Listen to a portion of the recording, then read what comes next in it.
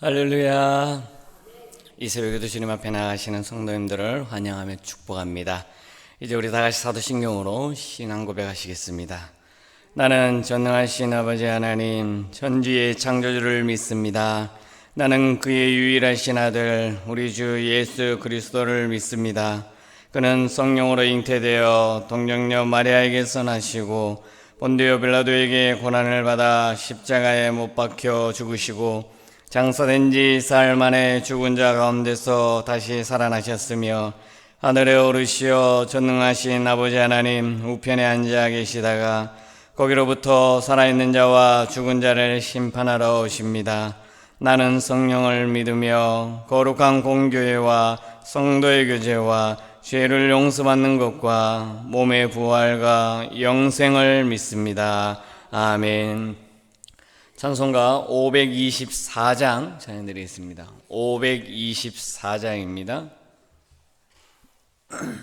우리 524장 함께 박수치면서 찬양드리겠습니다. 524장입니다. 갈 길을 밝히 보이시니 주 앞에 빨리 나갑시다. 우리를 찾는 구주 예수 곧 오라시네. 죄악 벗은 우리 영혼은 기뻐 뛰며 주를 보겠네. 하늘에 계신 주 예수를 영원히 섬기리. 우리를 오라 하시는 말 기쁘게 듣고 순종하세. 구주를 믿기 지체 말고 속속히 나가세. 죄악 벗은 우리 영혼은 기뻐 뛰며 주를 보겠네. 하늘에 계신 주 예수를 영원히 섬기리. 주 오늘 여기 계시오니 나와서 주의 말씀 듣세. 듣기도 하며 생각하니 참 진리시로다. 죄악 벗은 우리 영혼은 기뻐 뛰며 주를 보겠네. 하늘에 계신 주 예수를 영원히 섬기리. 아멘. 오늘 우리 주신 하나님의 말씀은 예레미야 애가 3장 55절부터 66절까지의 말씀입니다. 예레미야 애가 3장 55절부터 마지막 66절까지 우리 한 절씩 교독하시고 마지막 66절은 합독하도록 하겠습니다. 제가 55절 먼저 보겠습니다. 여호와여, 내가 심히 깊은 구덩이에서 주의 이름을 불렀나이다.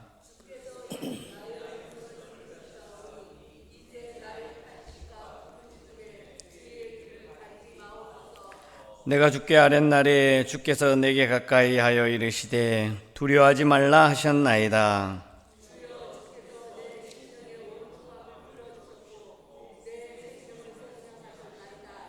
여호와여, 나의 억울함을 보셨사오니 나를 위하여 원통함을 풀어 주옵소서.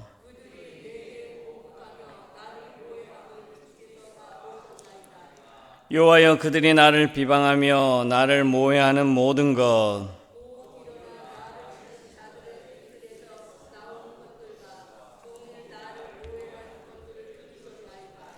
그들이 앉아나서나 나를 조롱하여 노래하는 것을 주목하여 보옵소서.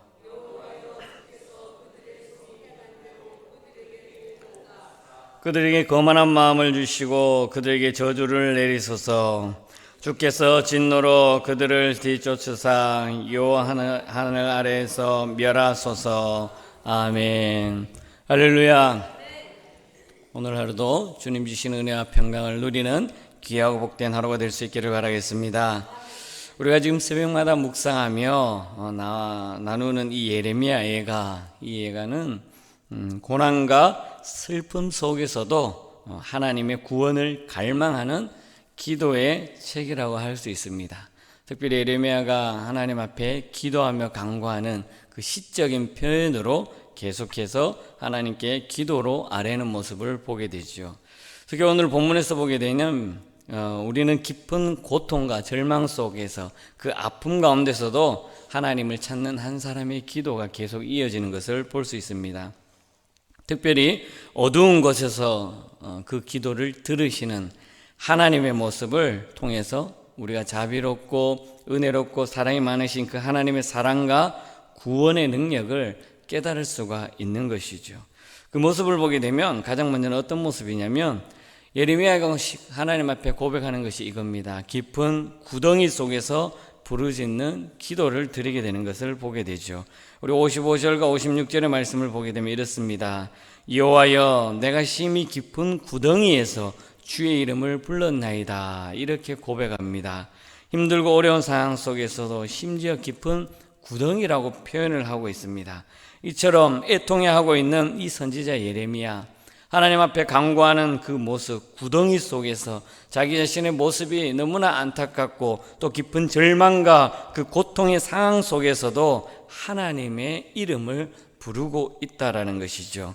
여기에서 구덩이는 단순한 우리가 생각하는 그 물리적 장소만이 아니라 영적으로, 그리고 또 감정적으로, 또 눈앞에 보이는 그 사회적인 모든 것을 다 표현해 주고 있고, 절망과 아픔과 고통과 좌절과 그 속에서 나오는 깊은 어두움을 상징해 주고 있다는 것입니다. 이러한 인생의 절망 가운데서도 우리가 기억해야 할 것이 있습니다. 아픔과 좌절과 모든 것이 끝난 상황 속에서도 우리가 가장 먼저 기억해야 할 것은 바로 주님의 이름을 부르는 일이라는 것을 말씀을 통해서 우리에게 교훈해 주고 있습니다. 또한 나의 음성을 들으셨사오니 이렇게 예레미야는 고백합니다. 그 깊은 어둠 속에서, 절망과 좌절 속에서 하나님께서 나의 음성을 들으셨다라고 이렇게 고백하고 있는 예레미야, 이 예레미야의 모습을 보게 되면 과거에 하나님께서도 자신의 기도를 들으신 것처럼 그것을 기억하고 있다는 것이죠. 그래서 이 고백은 하나님이 과거에도 들으셨던 것처럼 지금 현재도 나의 기도와 나의 간구, 나의 소원을 하나님께서는 듣고 계신다라는 어떻게 보면 믿음의 선언이라고 할 수 있는 것이죠. 그러니까 과거에도 하나님께서 함께 해주시고 예레미야의 그 기도를 들어주었던 것처럼 하나님 지금 절망과 좌절과 고통과 아픔 속에서 있는 지금의 상황 속에서도 나의 기도를 들어주심을 감사합니다라고 고백하는 그런 모습을 볼 수 있는 것이죠. 이어서 말씀을 보게 되면 예레미야는 또 이렇게 기도합니다. 하나님께 가까이 나아감을 고백하고 있습니다. 하나님, 내가 주님 앞에 가까이 나아갑니다 라고 말씀하는 것을 보게 되죠. 57절의 말씀이 이렇게 고백합니다. 내가 주께 아랫날에 주께서 내게 가까이 하여 이르시되 두려워하지 말라 하셨나이다. 그 은혜로우신 하나님께서는 깊은 구덩이 속에 빠진 현실, 눈앞에 보이는 이스라엘 백성들의 모습을 보면서 그 구덩이 속에서 절망과 좌절 속에서 부르짖는 그 예레미야의 기도를 들으시고 그에게 가까이 오셨다라는 겁니다. 하나님께서 예레미야의 그 고통, 그 아픔, 이스라엘의 현재의 모습, 절망과 좌절 속에 있는 그 상황 속에서 하나님께서 가까이 오셨다라는 것입니다. 그런데 가까이 오셔서 그를 위로해 주시고 그를 보듬어 주시면서 하는 말이 바로 이겁니다. 두려워하지 말라. 아멘. 하나님께서 예레미야를 통해서 이스라엘 백성들에게 눈앞에 보이는 것이 현실은 아름답고 기쁘고 즐거운 것이 아니라 절망과 좌절과 고통 가운데 있습니다. 그 속에서 우리 하나님께서 예레미야가 부르짖는 그 기도를 통해서 가까이 오신 것도 마찬가지로 가까이 오시면서 하시는 말씀이 두려워하지 말라라고 말씀해 주고 있는 것을 볼 수 있습니다.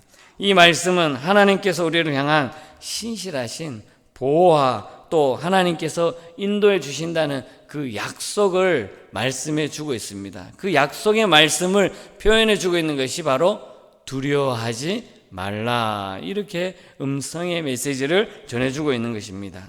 이 말씀을 붙들 때 하나님께서 우리에게 늘 하시는 말씀이 너의 상황 속에서 정말 정말로 절망과 좌절 속에 있는 너 눈앞에 있는 그 상황 속에서도 내가 너와 함께 하겠다, 내가 너와 동행하겠다, 내가 너를 지켜주겠다 라고 말씀하시면서 두려워하지 말라는 거예요. 눈앞에 보이는 것은 아무것도 없습니다. 완전히 끝나는 것 같습니다. 어떻게 일어설 수 없는 것처럼 보이지만 우리 하나님께서는 그 속에서도 말씀하시기를 두려워하지 말라, 내가 너와 함께 하겠다, 임마누엘 동행하여 주시겠다라고 말씀하시는 그 말씀이 바로 이 예레미야가 고백하는 그 기도라고 할 수 있는 것이죠. 오직 주님의 말씀을 붙들 때, 하나님 앞에 우리의 기도를 간구하며 아뢰며 나아갈 때, 주님을 부르짖을 때 우리 마음속에 있고 우리 눈앞에 보이는 그 모든 것이 다 해결되고 하나님께서 걱정하지 마라, 내가 너와 함께 하는데 무엇 때문에 걱정하느냐, 두려워하지 말라라고 말씀해 주고 있는 것을 믿으시길 바라겠습니다. 이어서 또 보게 되면 예레미야는 이렇게 고백합니다. 과거 구원의 그 경험, 하나님께서 예레미야와 함께 해주시고 또 예레미야를 통해서 메시지를 전하게 해주셨던 그 경험이 현재는 확신으로 이어지고 있다는 것이에요. 과거에 하나님께서 메시지를 통해서 예레미야에게 주면서 네가 이스라엘 백성들에게 선포해라, 하나님의 메시지를 선포해라 라고 그 구원의 경험, 내가 그들을 보호해 주시고 인도해 주실 것이다, 그러니까 다시금 하나님의 말씀으로 돌아오라, 여호와께로 돌아오라 라는 그 말씀을, 메시지를 전하면서 그 구원의 확신이 이제는 눈앞에 절망과 좌절과 나라가 빼앗기고 멸망했던 그 상황 속에서도 하나님이 함께 해주시면서 비록 모든 것이 끝나는 상황 속에서도 여호와께 하나님께서는 현재 확신을 그에게 주고 있음을 고백하는 것입니다. 그 말씀을 보게 되면 58절에서 59절에 이렇게 말씀합니다. 주여, 주께서 내 심령의 원통함을 풀어주셨다라고 이렇게 고백합니다. 그러면서 내 생명을 속량해 주셨습니다. 나의 생명을 하나님께서 다 속량해 주셨습니다 라고 표현하면서 여호와여, 나의 억울함을 보셨사오니 나를 위하여 원통함을 풀어주옵소서라고 이렇게 현재 확신으로 주님 앞에 고백하며 나아가게 되는 그 예레미야의 모습을 볼 수 있는 것이죠.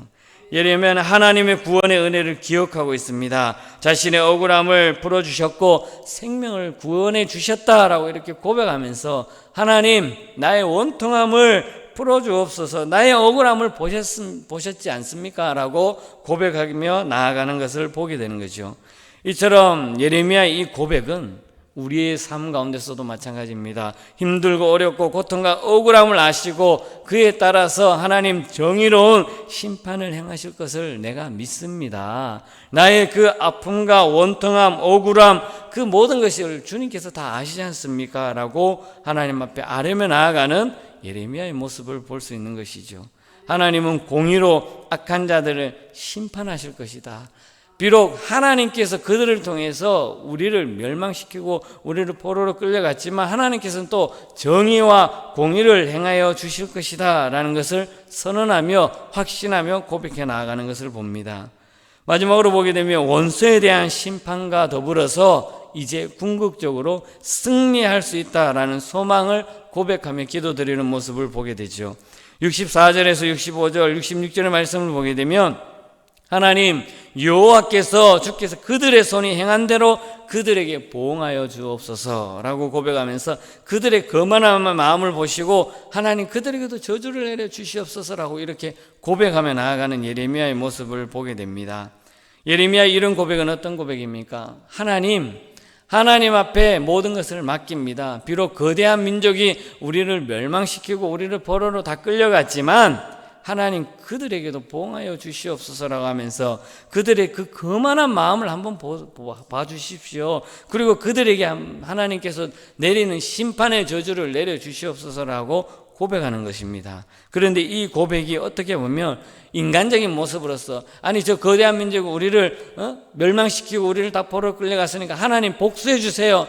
정말 나의 그 원통함과 애통함을 들으시고 저 민족을 복수해 주세요라는 인간적인 그런 고백이 아니라, 하나님 정말 우리는 죄로 말미암아 그래 거대한 민족에서 우리는 지금 망했고 포로로 다 끌려갔습니다. 그러나 하나님은 공의의 하나님 아닙니까? 정의의 하나님 아닙니까? 정말 우리가 잘못했는 것을 주님 앞에 깨닫고 회개하고 두 손 들고 나아가니까 저 거만한 민족도 하나님께서 하나님 앞에 모든 것을 맡기니까 그들의 거만한 마음을 보시고 하나님 정의를 좀 행하여 주시옵소서. 단순히 우리를 무너뜨리고 우리를 포로로 끌려가고 우리를 망하게 했던 그것으로만 하는 것이 아니라 하나님 이 땅의 정의와 하나님의 공의를 보응해 주시옵소서라고 고백하는 이 예레미야의 간절한 소망을 볼 수 있다는 것이죠.